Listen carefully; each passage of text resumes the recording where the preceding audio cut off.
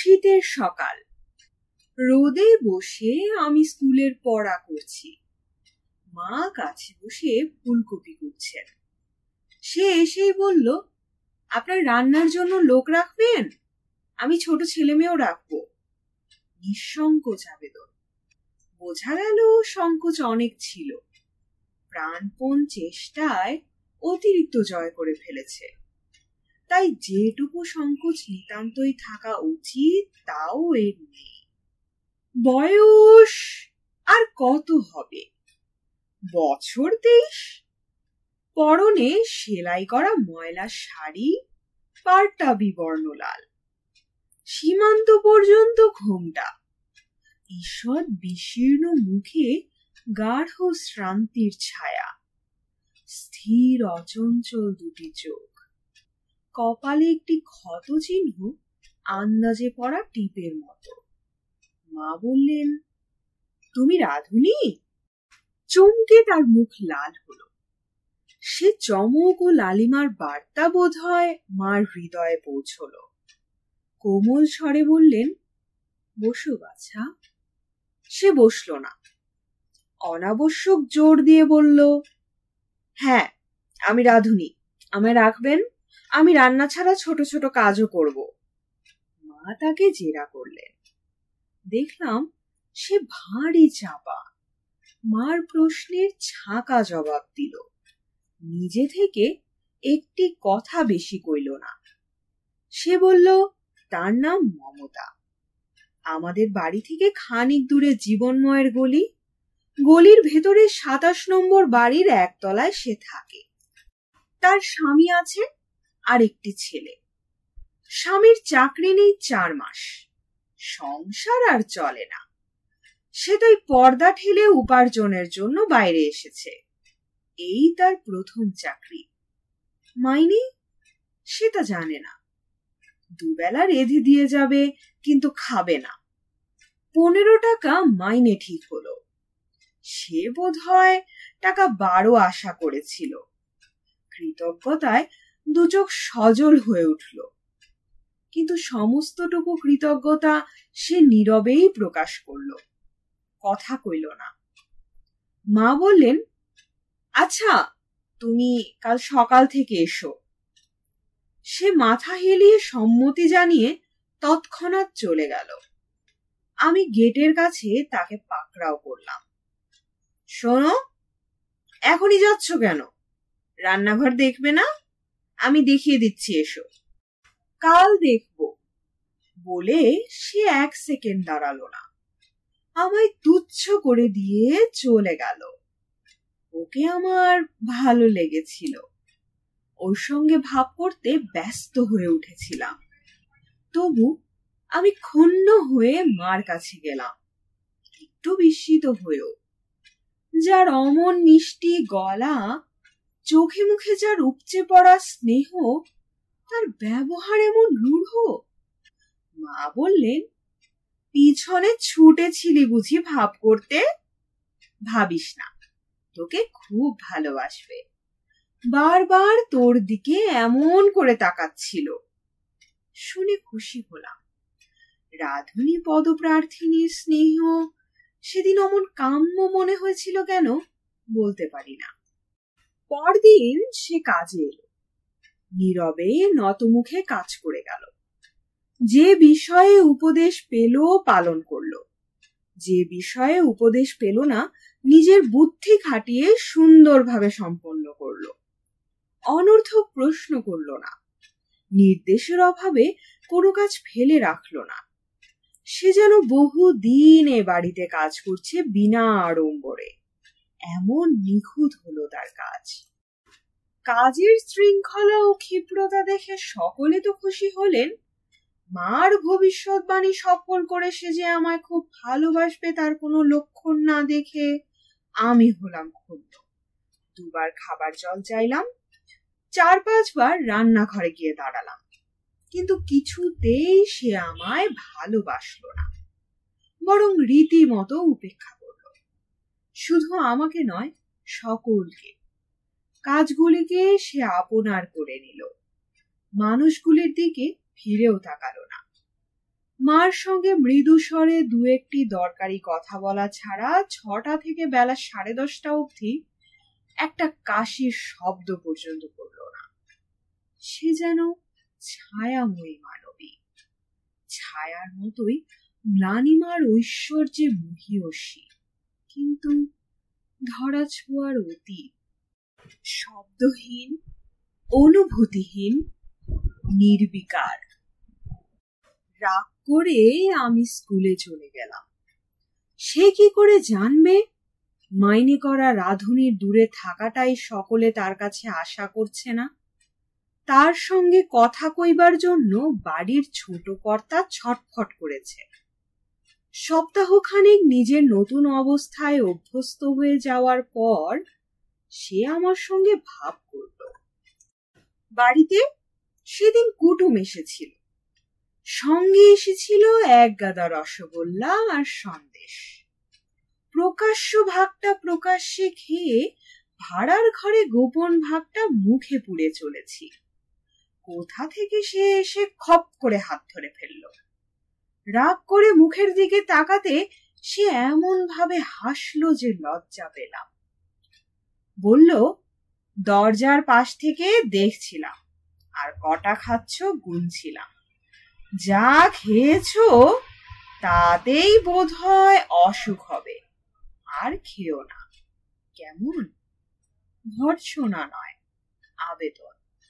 মার কাছে ধরা পড়লে বকুনি খেতাম এবং 1 খাবলা খাবার তুলে নিয়ে ছুটে পালাতাম। এর আবেদনে হাতের খাবার ফেলে দিলাম। সে বলল, লক্ষ্মী ছেলে, এসো জল খাবে। বাড়ির সকলে কুটুম নিয়ে অন্যত্র ব্যস্ত ছিল। জল খেয়ে আমি রান্নাঘরে আসন পেতে তার কাছে বসলাম। এতদিন তার গম্ভীর মুখই শুধু দেখেছিলাম, আজ প্রথম দেখলাম সে নিজের মনে হাসছে। আমি বললাম, বামুনদি। সে চমকে হাসি বন্ধ করল, এমন ভাবে আমার দিকে তাকালো যেন আমি তাকে গাল দিয়েছি। বুঝতে না পেরেও অপ্রতিভ হলাম। কি হলো বামুনদি? সে এদিক ওদিক তাকালো, ডালে খানিকটা নুন ফেলে দিয়ে এসে হঠাৎ আমার গা ঘেঁষে বসে পড়ল। গম্ভীর মুখে বলল, আমায় বামুনদি বলো না খোকা, শুধু দিদি বলো। তোমার মা রাগ করবেন দিদি বললে? আমি মাথা নাড়লাম। সে ছোট এক নিঃশ্বাস ফেলে আমাকে এত কাছে টেনে নিল যে আমার প্রথম ভারী লজ্জা করতে লাগলো। তারপর কিছুক্ষণ আমাদের যে গল্প চলল, সে অপূর্ব কথোপকথন মনে করে লিখতে পারলে সাহিত্যে না হোক আমার কাছে সবচেয়ে মূল্যবান লেখা হয়ে উঠত। হঠাৎ মা এলেন। সে দুহাতে আমাকে একরকম জড়িয়েই ধরেছিল।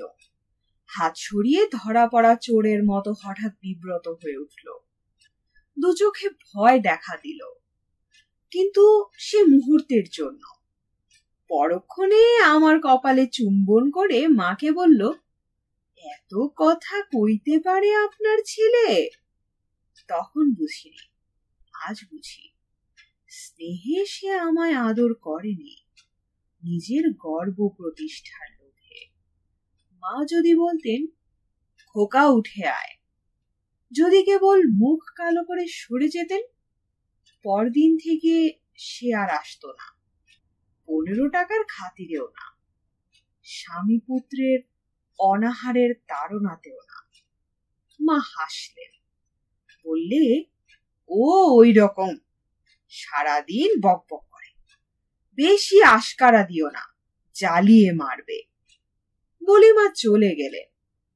তার দু চোখ দিয়ে দুফোঁটা দুর্বোধ্য রহস্য টপ টপ করে ঝরে পড়ল। মা অপমান করলে তার চোখ হয়তো শুকনোই থাকত। সম্মানে চোখের জল ফেলল। সে সম্মানের আগা গোড়া করুণা ও দয়া মাখা ছিল। সেটা বোধহয় তার সইল না।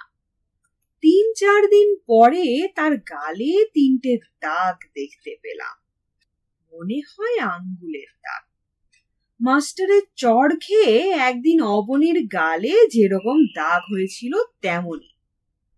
আমি ব্যস্ত হয়ে প্রশ্ন করলাম, তোমার গালে আঙ্গুলের দাগ কেন? কে চড় মেরেছে? সে চমকে গালে হাত চাপা দিয়া বলল, দূর। তারপর হেসে বলল, আমি নিজে মেরেছি। কাল রাত্রে গালে একটা মশা বসেছিল, খুব রেগে মশা মারতে গালে চড় বলে আমি খুব হাসলাম।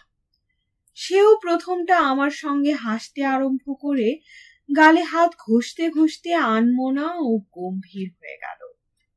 তার মুখ দেখে আমারও হাসি বন্ধ হয়ে গেল। চেয়ে দেখলাম ভাতের হাড়ির বুদবুদ ফাটা বাষ্পে কি দেখে যেন তার চোখ পলক হারিয়েছে। নিচের ঠোঁট দাঁতে দাঁতে কামড়ে ধরেছে। বেদনায় মুখ হয়েছে কালো। সন্দিগ্ধ হয়ে বললাম, তুমি মিথ্যে বলছো দিদি, তোমায় কেউ মেরেছে। সে হঠাৎ কাঁদো কাঁদো হয়ে বলল, না ভাই না, সত্যি বলছি না, কে মারবে? এ প্রশ্নের জবাব খুঁজে না পেয়ে আমাকে চুপ করে থাকতে হলো। তখন কি জানি তার গালে চড় মারার অধিকার একজন মানুষের 18 আনা আছে, কিন্তু চড় যে কেউ একজন মেরেছে সে বিষয়ে আমার সন্দেহ ঘুচল না। শুধু দাগ নয়, তার মুখ চোখের ভাব, তার কথার সুর সমস্ত আমার কাছে ও কথা ঘোষণা করে দিল। বিবর্ণ গালে 3টি রক্তবর্ণ দাগ। দেখতে দেখতে আমার মন খারাপ হয়ে গেল। আমি গালে হাত বুলিয়ে দিতে গেলাম, কিন্তু সে আমার হাতটা টেনে নিয়ে বুকে চেপে ধরল। চুপি চুপি বলল, কারো কাছে যা পাই না তুমি তা দেবে কেন? আমি অবাক হয়ে বললাম, কি দিলাম আমি? এ প্রশ্নের জবাব পেলাম না। হঠাৎ সে তরকারি নামাতে ভারী ব্যস্ত হয়ে পড়ল।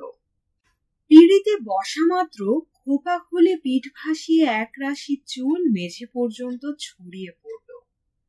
কি একটা অন্ধকার রহস্যের আড়ালে সে যেন নিজেকে লুকিয়ে ফেলল।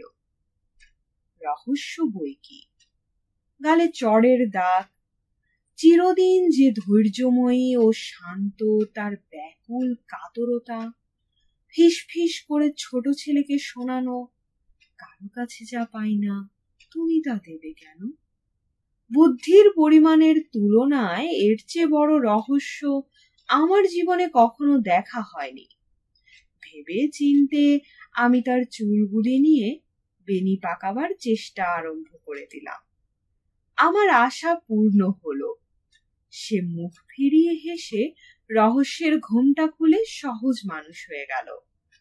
বিকালে আমি জিজ্ঞাসা করলাম, আচ্ছা, তোমার বরের চাকরি হলে তুমি কি করবে? তুমি কি করতে বলো? হরির লুট দেব না তোমায় সন্দেশ খাওয়াবো? ধ্যাৎ, তা বলছি না। তোমার বরের চাকরি নেই বলে আমাদের বাড়ি কাজ করছো, তা তো চাকরি হলে করবে না? সে হাসলো, করব, এখন করছি যে। তোমার বরের চাকরি হয়েছে? হয়েছে বলে সে গম্ভীর হয়ে গেল। আহা, স্বামীর চাকরি নেই বলে ভদ্রলোকের মেয়ে কষ্টে পড়েছে।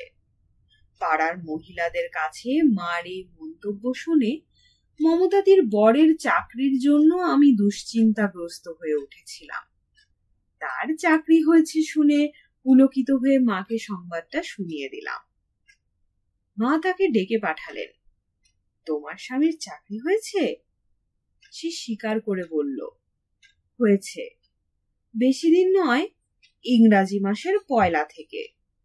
মা বললেন, অন্য লোক ঠিক করে দিতে পারছো না বলে কি তুমি কাজ ছেড়ে দিতে ইতস্তত করছো? তার কোনো দরকার নেই, আমরা তোমায় আটকে রাখবো না। তোমার কষ্ট দূর হয়েছে, তাতে আমরাও খুব সুখী। তুমি ইচ্ছে করলে এবেলায় কাজ ছেড়ে দিতে পারো, আমাদের অসুবিধা হবে না। তার চোখে জল এলো। সে শুধু বলল, আমি কাজ করব। মা বললেন, স্বামীর চাকরি হয়েছে তবু? সে বলল, তার সামান্য চাকরি, তাতে কুলোবে না মা, আমায় ছাড়বেন না, আমার কাজ কি ভালো হচ্ছে না? মা ব্যস্ত হয়ে বললেন, অমন কথা তোমার শত্রুও বলতে পারবে না মা, সেজন্য নয়, তোমার কথা ভেবেই আমি বলছিলাম, তোমার উপর মায়া বসেছে, তুমি চলে গেলে আমাদেরও কি ভালো লাগবে? সে একরকম পালিয়ে গেল, আমি তার পিছু নিলাম। রান্নাঘরে ঢুকে দেখলাম সে কাঁদছে, আমায় দেখে চোখ মুছল, আচমকা বলল, মিথ্যে বললে কি হয় খোকা? মিথ্যে বললে কি হয় জানতাম, বললাম পাপ হয়। গুরুনিন্দা বাঁচাতে মিথ্যে বললে? এটা জানতাম না, গুরুনিন্দা পাপ, মিথ্যা বলা পাপ, কোনটা বেশি পাপ সে জ্ঞান আমার জন্মায়নি, কিন্তু না জানা কথা বলেও সান্ত্বনা দেওয়া চলে দেখে বললাম, তাতে একটুও পাপ হয় না। সত্যি, কাঁদছো কেন? তখন তার চাকরির 1 মাস বোধহয় পূর্ণ হয়নি। একদিন স্কুল থেকে বাড়ি ফেরবার সময় দেখলাম জীবনময়ের গলির মোড়ে ফেরিওয়ালার কাছে কমলা লেবু কিনছে। সঙ্গে নেবার ইচ্ছে নেই টের পেয়েও একরকম জোর করেই বাড়ি দেখতে গেলাম। 2টি লেবু কিনে আমাকে সঙ্গে নিয়ে সে গলিতে ঢুকলো। বিশ্রী নোংরা গলি, কে যে ঠাট্টা করে এই জমালয়ের পথটার নাম জীবনময় লেন রেখেছিল। গলিটা আস্ত ইট দিয়ে বাঁধানো, পায়ে পায়ে ক্ষয় হয়ে গেছে, দুদিকের বাড়ির চাপে অন্ধকার, এখানে ওখানে আবর্জনা জমা করা আর একটা দূষিত চাপা গন্ধ। আমি সংকুচিত হয়ে তার সঙ্গে চলতে লাগলাম। সে বলল, মনে হচ্ছে পাতালে চড়েছ না? 27 নম্বরের বাড়িটা দোতলা নিশ্চয়, কিন্তু যত ক্ষুদ্র দোতলা হওয়া সম্ভব। সদর দরজার পরেই ছোট একটি উঠান, মাঝামাঝি কাঠের প্রাচীর দিয়ে দুভাগ করা।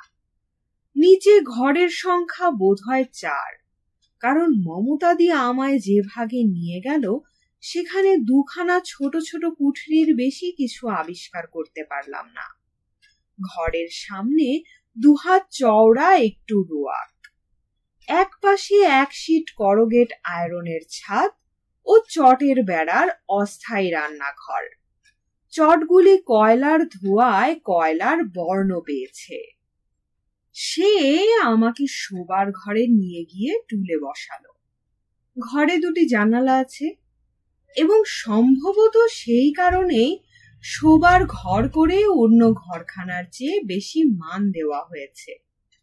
কিন্তু জানালা 2টির এমনই অবস্থান যে আলো যদিও কিছু কিছু আসে, বাতাসের আসা যাওয়া একেবারে অসম্ভব।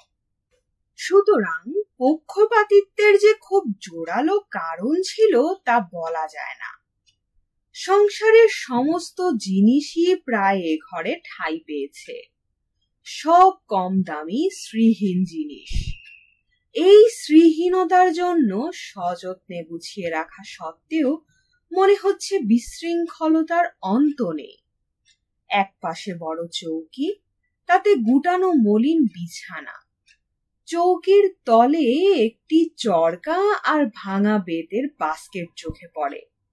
অন্তরালে হয়তো আরো জিনিস আছে। ঘরের এক কোণে পাশাপাশি রক্ষিত 2টি ট্রাঙ্ক, 2টিরই রং চটে গেছে, একটির তালা ভাঙা। অন্য কোণে কয়েকটা মাজা বাসন, বাসনের ঠিক ঊর্ধ্বে কোনাকুনি টাঙানো দড়িতে খান কয়েক কাপড়। এই 2 কোণের মাঝামাঝি দেওয়াল ঘেঁষে পাতা একটি ভাঙা টেবিল আগা গোড়া দড়ির ব্যান্ডেজের জোরে কোনো মতে দাঁড়িয়ে আছে। টেবিলে কয়েকটা বই খাতা, একটি অল্প দামি টাইম পিস, কয়েকটা ওষুধের শিশি, একটা মেরামত করা আরসি, কয়েকটা ভাঁজ করা সংবাদপত্র, এই সব টুকিটাকি জিনিস। টেবিলের ঊর্ধ্বে দেওয়ালের গর্তের তাকে কতকগুলি বই। ঘরে আর একটি জিনিস ছিল, একটি বছর 5-এর ছেলে। চৌকিতে শুধু মাদুরের ওপরে উপুর হয়ে শুয়ে সে ঘুমিয়েছিল। মমতাদি ঘরে ঢুকেই ব্যস্ত হয়ে ছেলেটির গায়ে হাত দিল। তারপর গুটানো বিছানার ভেতর থেকে লেপ আর বালিশ টেনে বার করলো। সন্তর্পণে ছেলেটির মাথার তলে বালিশ দিয়ে লেপ দিয়ে গা ঢাকা দিল। বলল, কাল সারা রাত পেটের ব্যথায় নিজেও ঘুমোয়নি, আমাকেও ঘুমোতে দেয়নি। উনি তো রাগ করে, কই তুমি লেবু খেলে না? আমি একটা লেবু খেলাম। সে চুপ করে খাওয়া দেখে বলল, মুড়ি ছাড়া ঘরে কিছু নেই, দোকানের বিষও দেব না, একটা লেবু খাওয়াতে তোমাকে ডেকে আনলাম। আমি বললাম, আর একটা লেবু খাবো দিদি। সে হেসে লেবু দিল, বলল, কৃতার্থ হলাম। সবাই যদি তোমার মতো ভালোবাসতো। ঘরে আলো ও বাতাসের দীনতা ছিল। খানিক পরে সে আমায় বাইরে রোয়াকে মাদুর পেতে বসালো। কথা বলার সঙ্গে সংসারের কয়েকটা কাজও করে নিল। ঘর ঝাড় দিল, কড়াই মাজলো, পানি তুললো, তারপর মশলা বাটতে বসলো। হঠাৎ বলল, তুমি এবার বাড়ি যাও ভাই, তোমার খিদে পেয়েছে। শুনছিলেন মানিক বন্দ্যোপাধ্যায় রচিত গল্প মমতাদি। পাঠে ছিলাম আমি তাফান্নুম তানজিম শিফা। গল্প ও গল্প পাঠ সম্পর্কিত যে কোনো মতামত এবং পছন্দের কোনো গল্প, কবিতা, উপন্যাস, নাটক আমার কণ্ঠে শুনতে আগ্রহী হলে কমেন্ট করে জানান। গল্পটি ভালো লাগলে বন্ধুদের সাথে শেয়ার করুন। ভিউ, লাইক, সাবস্ক্রাইব আমাদের পরবর্তী কন্টেন্ট তৈরিতে অনুপ্রেরণা যোগায়। এছাড়া আমার কণ্ঠে ভয়েস ওভার করাতে চাইলে ডিসক্রিপশনে প্রকাশিত মাধ্যমগুলো ব্যবহার করতে পারেন। আমাদের আজকের আয়োজন এখানেই সমাপ্ত হোক। সবাই সুস্থ থাকুন, শুনতে থাকুন গল্পযোগ।